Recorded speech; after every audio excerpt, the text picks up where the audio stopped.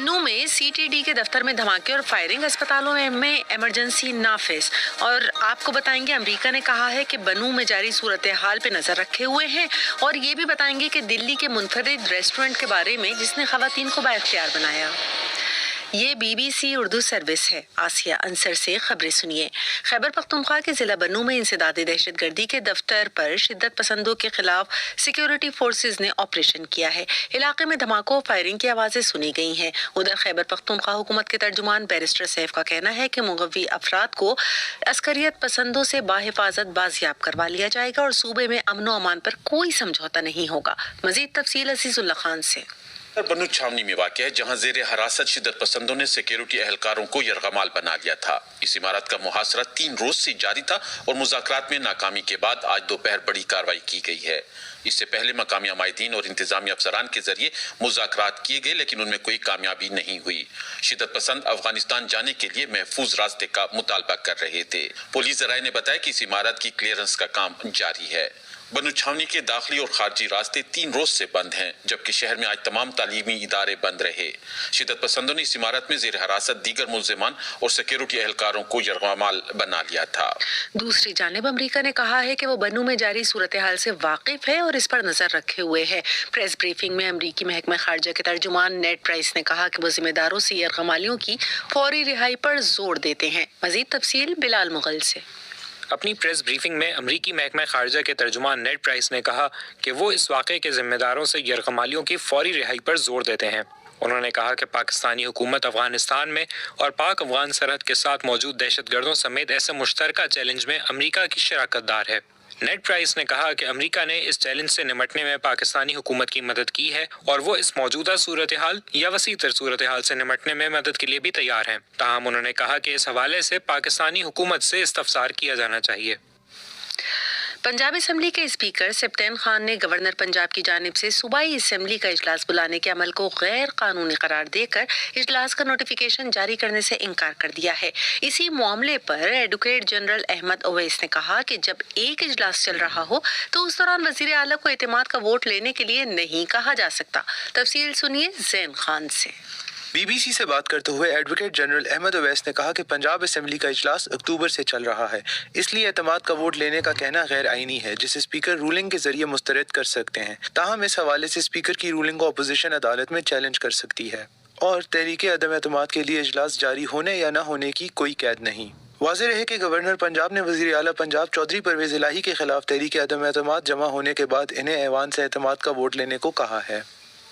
तवानाई बचत के लिए हुकूमत ने मुख्तलिफ इक़दामात का ऐलान किया है, जिसके तहत बिजली की बचत के लिए शादी हॉल रात 10 बजे जबकि मार्केट्स और रेस्टोरेंट रात 8 बजे बंद करने की तजवीज़ सामने आई है। काबीना के इजलास के बाद वफाकी वज़ीर ख्वाजा आसिफ ने कहा कि सरकारी दफातर में 20% अमले की वर्क फ्राम होम की तजवीज़ भी पेश की गई है और तवानाई बचाने के लिए ई-बाइक्स भी मुतारिफ करवाई जा रही हैं।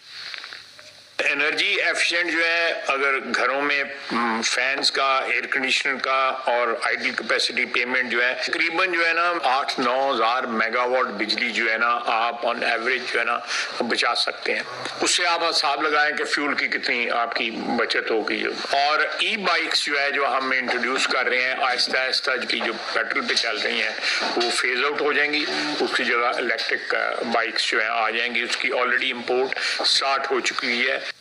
दिल्ली की निजामुद्दीन बस्ती की कुछ खवातीन ने मुकामी खानों का एक अनोखा रेस्टोरेंट खोला है, जो न सिर्फ कस्टमर्स को खाने का मजा देता है बल्कि इन खवातीन को बाइख्तियार भी बना रहा है।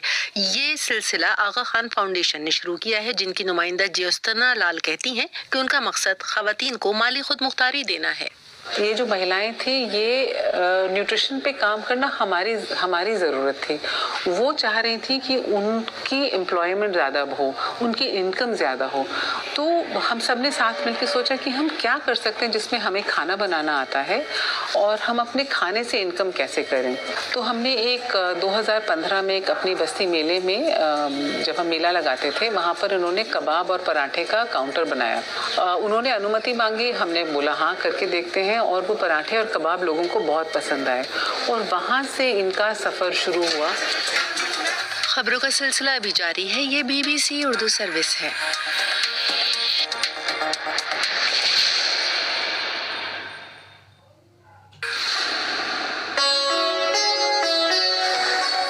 BBC گلوبل نیوز بیٹ آپ ہر شب 8 بجے سے صبح 1 بجے تک ہر گھنٹے کے بعد ہمارے پارٹنر FM ریڈیو چینلز پر سن سکتے ہیں. 2.5 منٹ پر مبنی گلوبل نیوز بیٹ میں انٹرٹینمنٹ، سائنس، ٹیکنالوجی اور سپورٹس کی ملکی اور بین الاقوامی خبریں شامل ہیں. گلوبل نیوز بیٹ بالخصوص نوجوانوں کے لیے ترتیب دیا گیا ہے. یہ BBC اردو سروس ہے. انڈیا کے وزیر خارجہ ایس جے شنکر نے کہا ہے کہ ملک نے چین کے ساتھ متنازع سرحد پر فوجیوں کی تعیناتی میں غیر معمولی سطح تک اضافہ کیا ہے. انڈیا کے مطابق یہ تصادم چینی فوجیوں کی طرف سے تجاوزات کی وجہ سے شروع ہوا تھا. انڈیا کے شمال مشرقی ریاست اروناچل پردیش میں سرحد کے ساتھ ایک متنازع علاقے میں انڈین اور چینی افواج کے درمیان جھڑپوں کے چند دن بعد ان کا یہ بیان سامنے آیا ہے، جس میں ایس جے شنکر نے مزید کہا کہ انڈیا چین کو سرحد پر موجودہ صورتحال کو یک طرفہ طور پہ تبدیل نہیں کرنے دے گا. بلوچستان کے شہر لسبیلا میں گیس سلنڈر کے باعث پیش آنے والے حادثے میں ہلاک ہونے والے افراد کی تعداد 12 ہو گئی ہے. تفصیل کے ساتھ کوئٹہ سے محمد قاسم. ایس ایس پی لسبیلا دوستین دشتی نے بتایا کہ اس واقعے میں زخمی ہونے والے 8 افراد کراچی میں زیر علاج ہیں، جن میں سے 2 کی حالت تشویشناک ہے. ان کا کہنا تھا کہ لسبیلا شہر میں گزشتہ روز شام کو ایک ہوٹل میں پڑے گیس سلنڈر میں لیکیج کے باعث آگ بھڑک اٹھی تھی. آگ کی وجہ سے 20 لوگ زخمی ہوئے، جن میں سے ایک شخص جائے وقوع پر ہلاک ہوا، جبکہ باقی افراد کو علاج کے لیے کراچی منتقل کیا گیا. ایس ایس پی نے بتایا کہ کراچی میں مزید 11 افراد زخموں کی تاب نہ لا کر چل بسے. ان کا کہنا تھا کہ اس واقعے میں 14 موٹر سائیکل اور 4 دکانیں بھی جل گئیں. وفاقی کابینہ کی منظوری کے بعد وزارت داخلہ نے اسلام آباد میں یونین کونسل کی تعداد میں اضافے کا نوٹیفیکیشن جاری کر دیا ہے، جس میں کہا گیا ہے کہ اسلام آباد میٹروپولیٹن کارپوریشن کی یونین کونسلز کی تعداد 125 کر دی گئی ہے. اور اس کے بعد یہ خدشہ بھی ظاہر کیا جا رہا ہے کہ اسلام آباد کے بلدیاتی انتخابات تاخیر کا شکار ہو سکتے ہیں. سابق وزیر اعظم اور چیئرمین تحریک انصاف عمران خان نے میاں والی میں مدر چائلڈ اسپتال کا افتتاح کر دیا ہے، جس کے بعد میڈیا سے گفتگو میں انہوں نے کہا کہ اپنی حکومت کے دوران انہیں سب سے زیادہ خوشی ہیلتھ کارڈ کی تھی. ان کے مطابق انہیں افسوس ہے کہ وفاقی حکومت ہیلتھ کارڈ کو سپورٹ نہیں کر رہی. اپنی حکومت کی جب ہمارے جو 3.5 سال تھے اس میں مجھے جو سب سے زیادہ خوشی ہوتی تھی وہ ہیلتھ کارڈ. ہم نے شروع کیا پختونخوا سے اور ماشاءاللہ سارا پختونخوا کورڈ ہے ہیلتھ کارڈ، یعنی ہر خاندان کے پاس ہیلتھ کارڈ ہے کہ 10 لاکھ روپے کی ہیلتھ انشورنس ہے. پھر پنجاب میں آیا اور پنجاب بہت بڑا ہے، اب تک 30 ارب روپیہ خرچ ہو چکا ہے ہیلتھ انشورنس کے اوپر، یعنی لوگوں کے علاج کے اوپر. اور میں سمجھتا ہوں کہ یہ ایک گھرانے کے لیے سب سے بڑی نعمت ہے.